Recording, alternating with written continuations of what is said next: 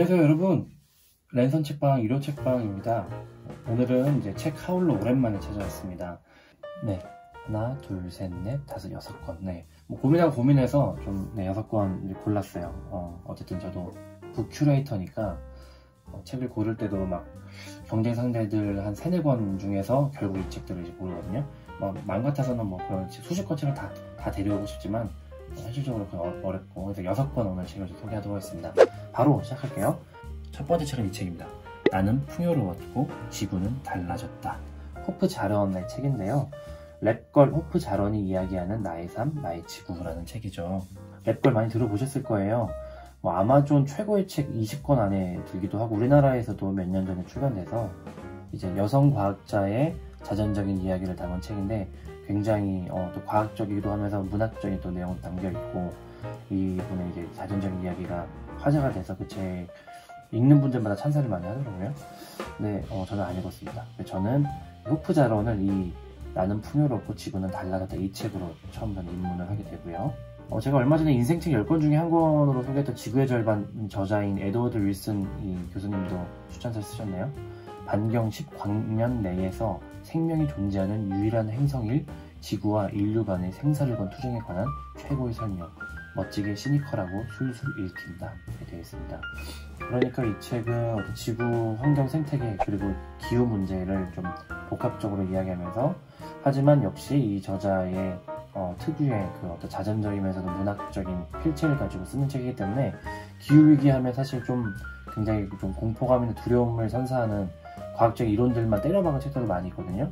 이 책은 가장 기초적인 사실에 근거하고 이런 얘기가 있어요. 나는 두려움을 안겨주고 싶진 않다. 하지만 지금 당장 우리가 할 수 있는 것이 무엇인지, 그리고 우리가 이겨낼 수 있는 어떤 그런 희망에 대해서 이야기를 하고 싶다, 이렇게 얘기를 하고 있습니다. 그래서 기후위기가 조금 부담스럽고 좀 어디서부터 시작해야 될지 모르겠다면 책 자체도 이쁘고 술술 읽히는 이 책으로 좀 기후위기 문제를 좀 시작하셔도 좋을 것 같고, 그것도 아니라면 지금 당장 유튜브에서 기후위기를 좀 검색하셔서 나오는 몇 가지 영상을 좀 보셨으면 좋겠어요. 그리고 두 번째 책은 이 책입니다. 다시 성경으로. 레이첼 헬드 에반스라고 하는 작가가 쓴 책인데요. 2019년에 독감 치료제 부작용으로 돌연 세상을 떠났어요. 이제 아이들도 있고 남편과 함께 굉장히 좀 대안적인 삶을 사는 기독교 작가라고 할 수 있고, 미국의 그냥 이제 전반적인 문학계에서도 조금 인정을 받는 칼럼니스트이자 이제 작가인데요. 저는 이 저자의 책 성경적 여성으로 살아본 1년이라는 책을 최근에 이제 언론사에 리뷰를 쓰면서 이 저자의 책을 처음 읽었는데 너무 감명받고 너무 놀랐습니다. 그래서 이 저자의 책은 다 읽으려고 하고, 두 번째로 이제 만나는 책이 이 책이거든요. 뉴요커, 뉴욕타임즈, 워싱턴 포스트, CNN이 애도한 밀레니얼 세대의 목소리, 레이첼 헬드 에반스의 유작입니다. 지금 화면상으로 잘 안 보일 텐데 이렇게 음박 처리된 이 부제가 있어요.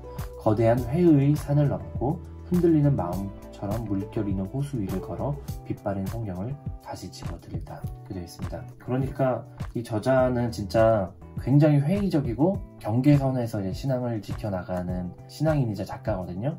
그리고 굉장히 솔직하고 굉장히 유머러스하고 따뜻해요. 그래서 이 책은 성경에 관한 여러 가지 문제점들을 다 직면하면서 이제 나가는 책이라고 볼 수 있고, 여성 작가로서 성경이나 신앙이 나오는 여러 가지 문제점들을 전혀 회피하지 않고 정말 직면하는 굉장히 용감한 작가라는 생각이 들었어요. 세 번째는 디지털 세상이 아이를 아프게 한다는 책인데요.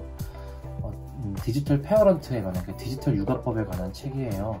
주변에서 좀 추천을 많이 받고 해서 이제 저도 고른 책이고, 이제 뭐 초등학생 전후 뭐 3세에서 5세, 요새 더 빨라지고 있고, 진짜 우리나라는 이제 스마트폰이나 태블릿, 디지털 컴퓨터, TV 이런 거에 노출되는 아이들의 문제가 너무 심각하고, 디지털 육아법을 어떻게 해야 되는지를 전반적으로 다룬 책이라고 할 수 있어요. 그런데 사실은 이제 유튜브 시대고 뉴미디어의 시대고 디지털 시대잖아요.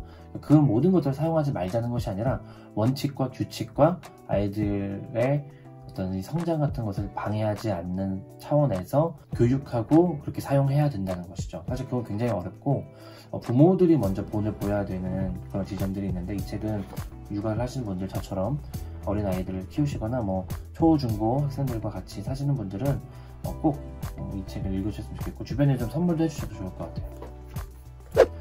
네 번째는 내 아들은 조현병입니다 라는 책입니다. 퓰리처상 수상작가 론 파워스가 10년 만에 쓴 두 아들을 위한 변론이라는 책입니다. 정신질환자의 가족으로 산다는 것, 그 혼돈의 연대기라는 부제도 달려있고요. 작년 이제 2019년 나와서 많은 이제 올해 책, 경향신문 시사인의 올해 책으로 선정됐고, 이미 정평이 난 책이고, 저도 지금 계속 읽고 있는데요. 전자책으로 이제 계속 읽고 있고, 종이책으로도 읽으려고, 이거는 좀 소장 가치가 있는 책이어서 가져왔고요. 이 책은 좀 따로 소개를 제가 하겠다고 이전에 약속을 좀 드렸는데, 좀 스포일러가 될 수 있지만, 조현병 질환이 있는 두 아들 중에 한 아들은 자살을 합니다. 말하지 않아도 그 아픔이 얼마나 클지 상상도 사실 되지 않죠. 굉장히 글을 잘 쓰는 이 작가가 이 아이들에게 도대체 무슨 일이 일어난 것이고, 이 조현병이라는 이 질병이 도대체 무엇인가를 굉장히 치밀하게 파고든 책이에요. 더 이상은 이제 제가 따로 좀 자세하게 소개를 할 거기 때문에 이 정도로 하고, 같이 좀 구비하셔서 읽어보시면 어떨까 생각이 좀 듭니다. 다섯 번째 책은 고백록입니다. 네, 바로 그 아우구스티누스, 전 서강대 철학과 교수이자 가톨릭 문학 관련된 사상 관련된 전문가인 성염 교수께서 해제와 역주를 단 책이에요. 고백록도 사실 우리나라에 판본이 굉장히 많거든요. 그런데 주변에 이제 인문학 전공하는 책 친구들한테 좀 문의를 해서 이 판본이 가장 좀 권위적이라는 좀 추천을 받아서 이 책으로 구했습니다. 히포 출신의 아우구스티누스 주교이자 이 사상가는 철학사에서도 그렇고 신학사에서도 거의 뭐 독보적인 사상가이고, 최소한 1000년 그리고 2000년 최소한 서방 기독교 혹은 전세계 기독교의 신교 구교를 막론하고 막대한 영향력을 끼치는 이제 신학자라고 할 수 있어요. 이 신학자가 이제 100권 넘는 이제 저술을 한 이제 어마어마한 신학자인데요. 가장 대표적인 책은 고백록, 신국론, 그리고 삼위일체론입니다. 이 책도 이렇게 번호가 또 매겨져 있거든요. 그리고 이 성염 이 교수님의 해제가 앞에 한 40쪽이 있어요.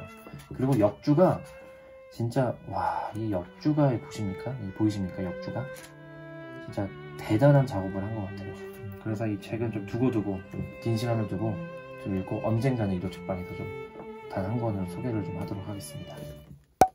마지막으로 시집 한 권 가져왔습니다. 이병률 시인의 시집 이별이 오늘 만나자고 한다입니다. 문학동네 시인선 145호고요. 저는 이 시인의 책을 당신은 어딘가로 가려 한다라는 시집을 전에 읽고 좀 감명을 받았었어요. 그런데 거의 뭐 3년 만에 낸 시라고 하더라고요. 이 코로나 상황에 관한 시도 한 편이 좀 있어요. 이거는 제가 한 편 낭독을 좀 해드리고 싶네요. 숨이라는 제목의 시거든요. 읽어드릴게요. 서로 가까이도 말며 말하지도 말라며 시는 인간에게 채찍 대신 마스크를 나눠주었다. 사랑하지 말라는 의미였을까? 입을 가만히 두라는 뜻이었을까? 소리를 들리게 하지도 말며 소리를 내지도 말라며 사람들을 향해 사람들은 두 번째 손가락을 세웠다. 서로 얼굴을 비벼도 안 되고 국경을 넘으면 안 되고 잔재미들을 치워놓으라 했다. 나눠 먹을 수 없으니 혼자 먹을 쌀을 씻었다. 서로 떨어져 있으라는 신호에 재조립해야 하는 건 사람이었다. 마스크 안에서는 동물의 냄새가 났다. 어떤 신호 같은 것으로 체한 사람들이 집 바깥으로 나가기를 참아야 했던 시절. 몇백 년에 한 번 사랑에 대해 생각하라고 신이 인간의 입을 막아왔다. 계절이 사라진 그 해에는 일제히 칠흑 속에 꽃이 피었다.